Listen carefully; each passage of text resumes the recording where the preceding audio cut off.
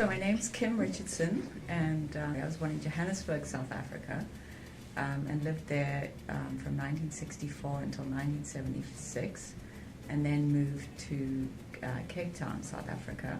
And I lived there and for the rest of the time that I was in South Africa, which was until 2000 when I came to the US. And I have 3 children, one of whom is in Saugatuck at this school, and the other 2 have just started at Black River. The apartheid was a system of dividing people based on their race and color, and it was something that was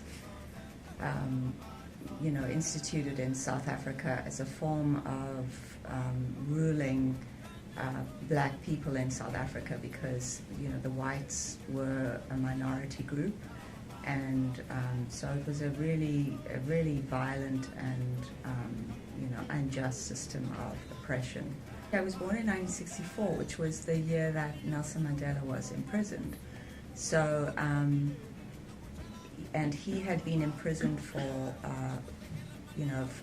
beginning to incite violence. He had tried to do it peacefully. He wanted to get equal rights for everybody, all colors and all races in South Africa. And his campaign of peaceful protest was squashed down. So he then initiated some acts of violence, and then he was imprisoned. So he was imprisoned in 1964. So I saw a lot of aggression and police brutality towards black people, and as a child, even though I didn't understand the politics at all, I found that it was really upsetting. I would see police just beating black people up on the streets, and I remember being really distressed and upset by that.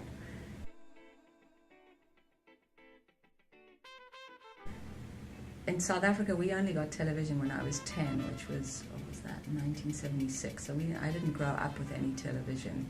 But everything we saw on television was American. So I was the first thing I ever saw was the Brady Bunch. So I had an idea of what American culture was like, I guess. And then, from the media. So yeah, it really was what I expected.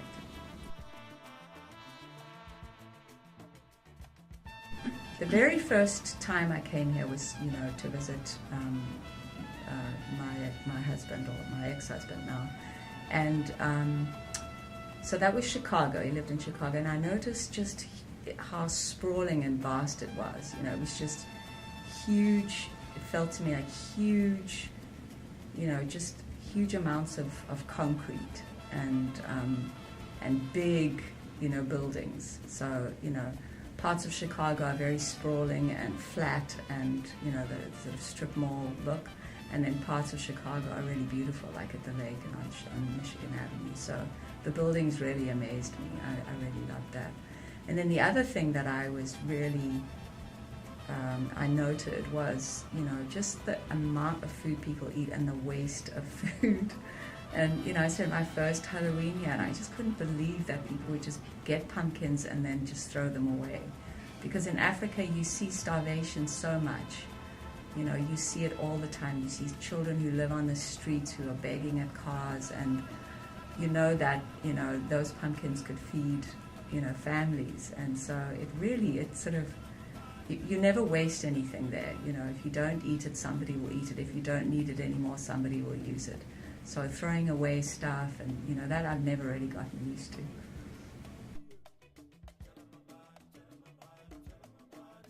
I came here because as a psychologist, I had become really interested in a specific kind of therapy that was practiced in Chicago mostly. And so I went to a conference in London, and I met a psychoanalyst from Chicago, which happens to be Georgie's dad. And so we got together, and the reason that I moved here was because we got married, and I had Georgie, and then we had 2 other children. And so really I came here because it seemed like a better option, because Georgie's dad had another child, an older child that was already at school here, and he had a very established business here. So, and you know, and I thought about leaving South Africa, you know, many times. I don't know if I would have left had I not met him. The crime was really scary, you know, at the time I left, which was 2000. It was, I was often scared. You know, people were getting mugged and raped and burgled, and the crimes were really violent. It wasn't just breaking and entering. I mean, people were really, you know, hurt, and there was a lot of anger because of the years of apartheid. This was after apartheid, you know, was dismantled, that this was, you know, this was happening. And so I did feel afraid, and it was a good feeling to come here and feel safe. I left really everything behind. It wasn't easy, you know, because I was already a professional. I was established as a clinical psychologist. So I had a private practice. Also worked at the University of Cape Town, which is where I graduated. And so I was lecturing and supervising and teaching, and I was very, you know, very, I guess, integrated into that university and really enjoyed it. And then I had private practice as well. So professionally, you know, and then not being able to bring that degree to this country at all because it just doesn't translate, you know. And you find that a lot with immigrants, you know. You'll have sort of pediatricians from other countries working, you know, in really menial jobs because they just can't, you know, get licensed that way.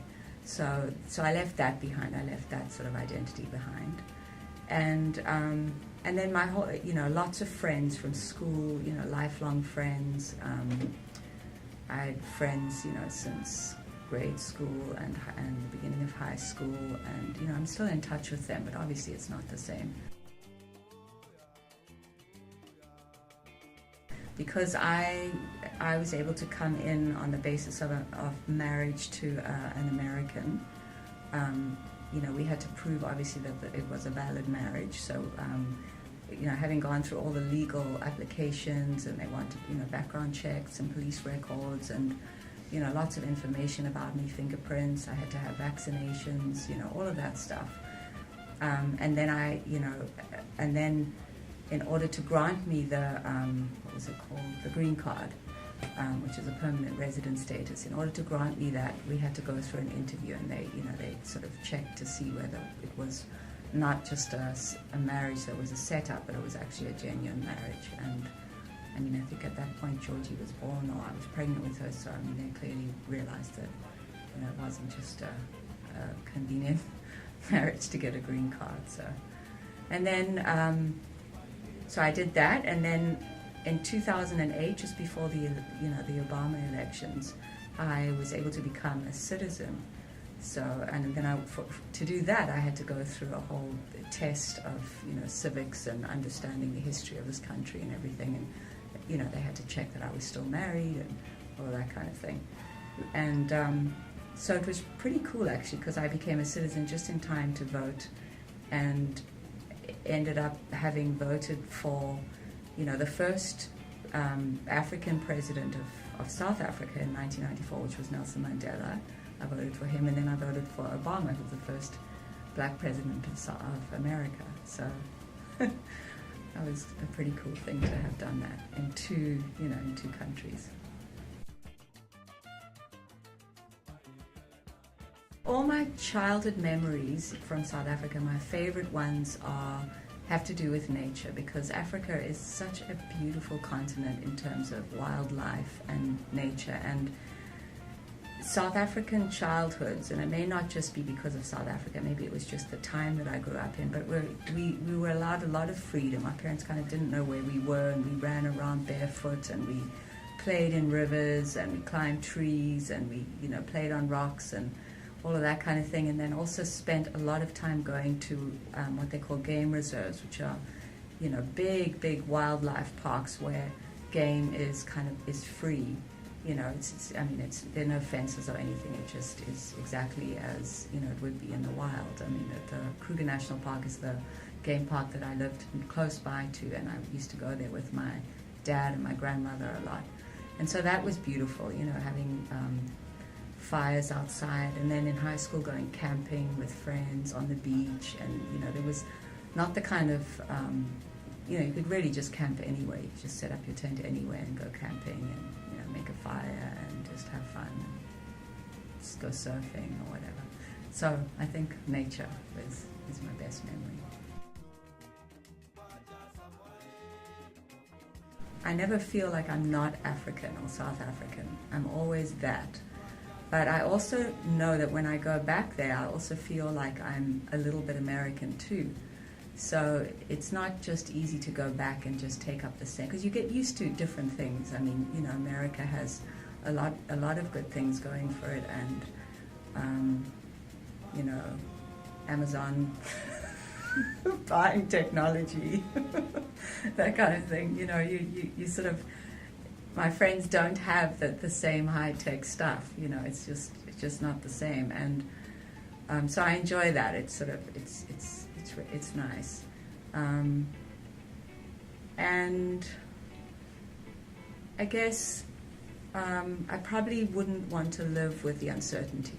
I mean, there's so much that's wonderful about it: the vibrancy, the people, the integration of all races, the way that it's an amazing place, and it's so beautiful.